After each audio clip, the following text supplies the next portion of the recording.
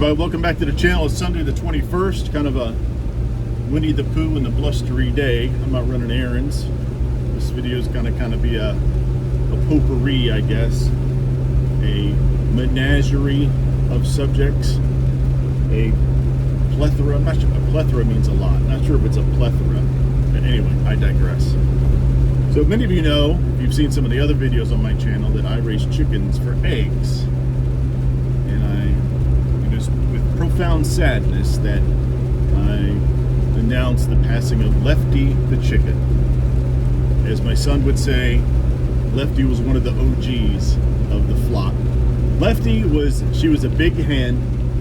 She laid eggs. She's a golden comet, like most of the other hens. Did a fantastic, very chill, the most relaxed hen that I've ever seen. She's kind of like one of your friends that you just hang out with, you get a good vibe from, and you're having a bad day, you hang out with that guy or gal, and they're just kind of chill, not a lot bothers them. That was Lefty. Well, Lefty got ill, and she's been sick a couple times. It's called coccidiosis. It's a parasitic, an intestinal virus, a parasitic intestinal issue, not a virus. And it can be easily treated, but the thing about chickens are, if a chicken is exhibiting signs of illness, which means even in the summertime they're all puffed up, their feathers are all puffed up, their head's kind of down, their eyes are closed, they're isolating themselves from the rest of the flock, by the time you see those symptoms, that chicken is very ill. And they do that for a survival reason. They don't want to appear weak to any predators. So if they're out about in the world and all the other hens are just doing their little hen thing, and then you have the one hen that's kind of all puffed up with the eyes closed, hanging out by themselves, their predators is like, oh, there's the weak hen, go ahead and grab them. So it's instinctual. So regardless if they're inside a protected run or not, that's what they're going to do. So she had been sick with that a couple times, and I caught it quick. Corid is the stuff you put in the water. If you treat her, you treat everybody else. But it got a little bit worse. It was lingering, took her to the vet. And again, we don't have many poultry vets. I had a great poultry vet for a while, but he retired. So you're kind of stuck with exotic animal vets that kind of like make their rounds from veterinarian to veterinarian. So that was the issue, and he misdiagnosed her. I know that for a fact now, but I'm the kind of person that if a doctor, tells me something, I'm going to believe it at face value, because they're the person who went to medical school or vet school or what have you. So I'm going to believe that person because that's the person that should have the knowledge. But regardless, she got really dehydrated. She stopped eating, stopped drinking. I syringed fed her for 2 weeks. She kind of rallied a little bit for a day or two like she did previously when she had coccidiosis, but I was just too behind the curve and could not catch up to it. So unfortunately I had to put her down. We'll skip the details on that. And there's a little kid waving at me. Thank you, little kid. Mommy, roll down the window so I can wave at the man in the tiny car. So anyhow, I put her down, and she is buried near the shed next to Mac. Mac is, see, my girlfriend has 3 kids, which Mac belonged to one of her kids. I forget. I'm not going to say it because I'll say it wrong. Anyway, so Mac, affectionately known as Mac and Cheese or Macadoodle, he passed away a few years ago, so he's there buried by the shed as well. So he and Lefty are buried in roughly the same place. That's my chicken story. Back to the K-van. I've decided what wheels and tires that I'm going to get for the van. Again, I've said a million times, I'm not a car guy. Never really admitted or pretended to be a car guy. Excuse me. That was rude for me to yawn in front of you, but at least I covered my mouth. Took a lot of research, and it's bore size and offset and inset and inseam and all these other sets and numbers and yeah.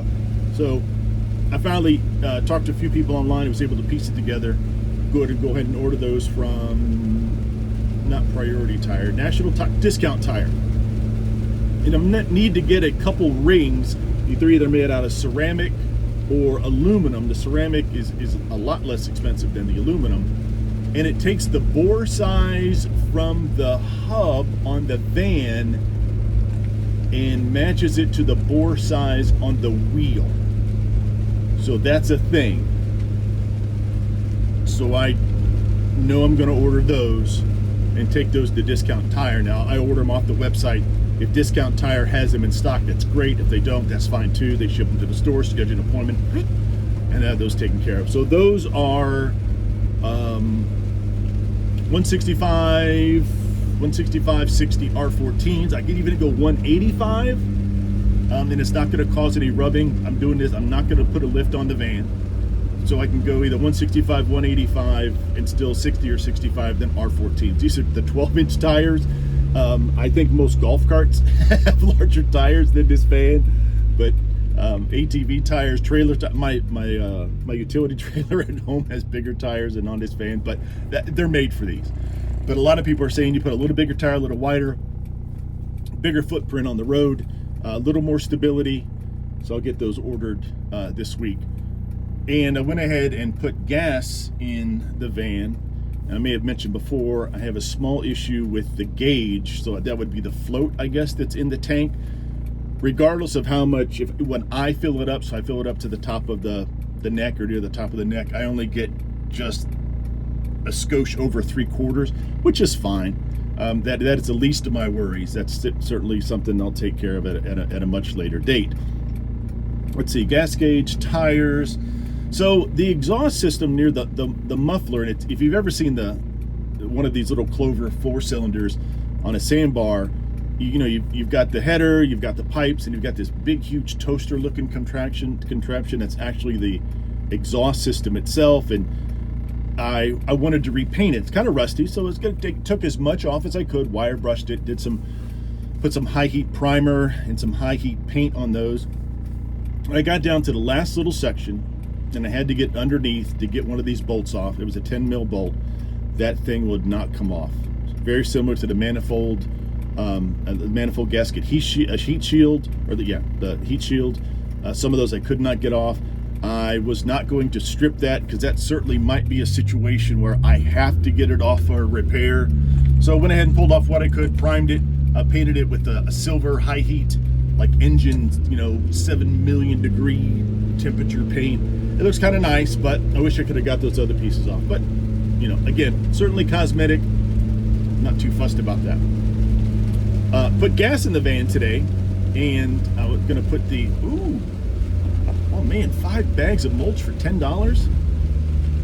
Speaking of mulch, that's a different story. So good sale on mulch here at Home Depot. So putting gas in, and I got the ethanol treatment. It's like an ounce for every 5 gallons. So I put in right in 5 gallons. Of course, I pretty much it comes spilling over the neck.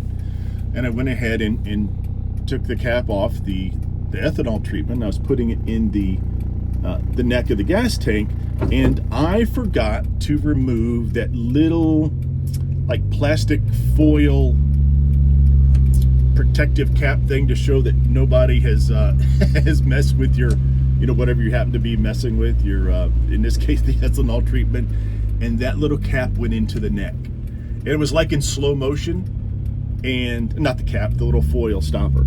So the little foil stopper went into the neck, and all I was like, no.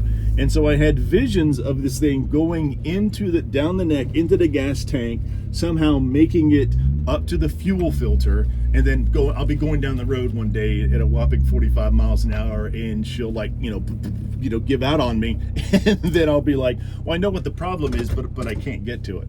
So I went over into the woods next to the gas station and got a stick, and the people were looking at me, and I'm like fishing in the neck of the gas tank with a stick, but I got it off, so that was a good thing.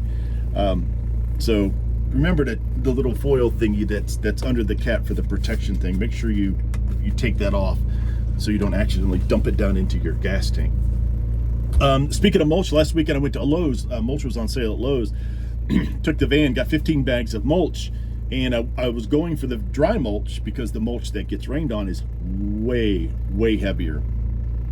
Didn't find many that were dry, and I put 15 bags of mulch into the back of the van. Now, the van did fine. I don't push this van down the road, whether it's just me in it or 15 bags of mulch and me in it.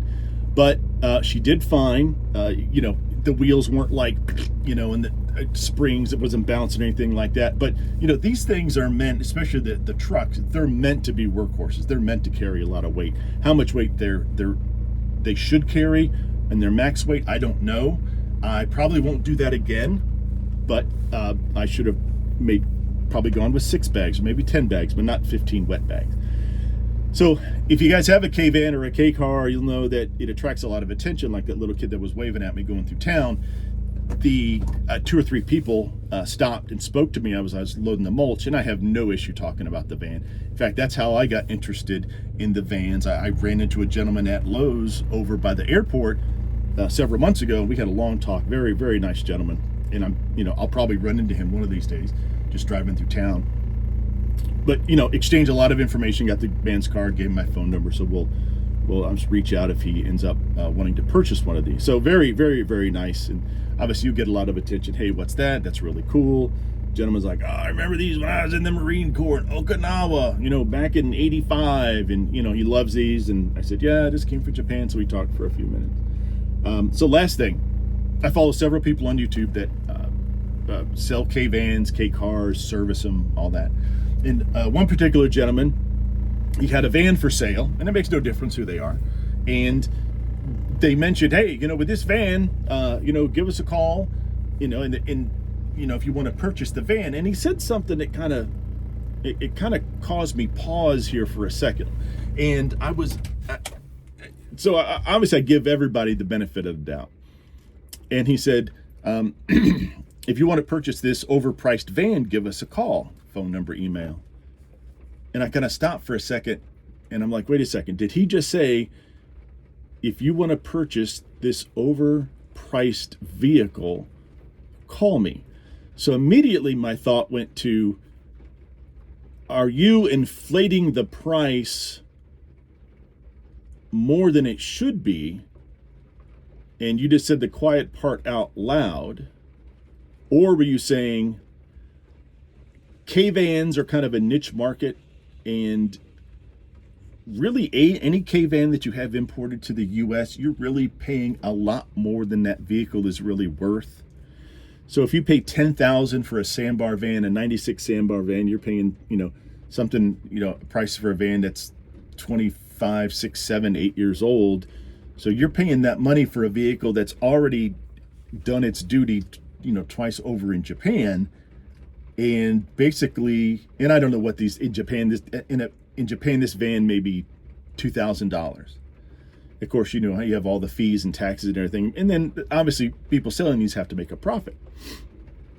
So I thought, did you just say the quiet part out loud that you inflated the price? Or are you saying that these are in high demand and you paid a premium price and you throw in your profit margin, which makes sense to me. But I don't know if people, and if the latter is the reason, then that's fine. I'm not sure if a lot of people are going to put that much thought into it. And I'm not sure if I was running a business if I would say, hey, come on down and buy this thing. It's way, way expensive, and you're going to pay a lot more than you really should. I don't know, but that kind of struck me kind of funny. But I think what he meant was, these are super popular. The tariff has been raised the tariff is now 25%. So when you bring this in, Uncle Sam is like, they want 25% of whatever number they throw on it. And I don't know how they get around to that number, but that's a tariff. So that's, all right. From the start, even before you put your paws on it, they're throwing 25% on top of that silly thing. But I guess what I'm trying to say is, K-vans are nice, K-trucks are nice. They serve a purpose, kinda. I don't think that there's anybody sitting at home going, if I only had a K-truck, I could do X, Y, and Z. I got this thing for poops and giggles. It's cool.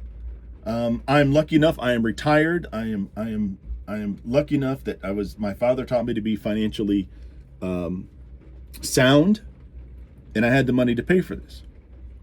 But they're not very practical. They might be practical in a very few finite set of circumstances, but anyway, to each his own. Capitalism, if people will pay $1 million for something, then you sell it for $1 million. If they're only going to pay $50, then you charge them $50. But all right, folks, that is it. I rambled on way too much. About a 15-minute video. I'll get this edited down. Thanks for stopping by the channel. Again, covered a lot of different things, and I will keep you updated on where I am with the van. Thanks, and have a good day.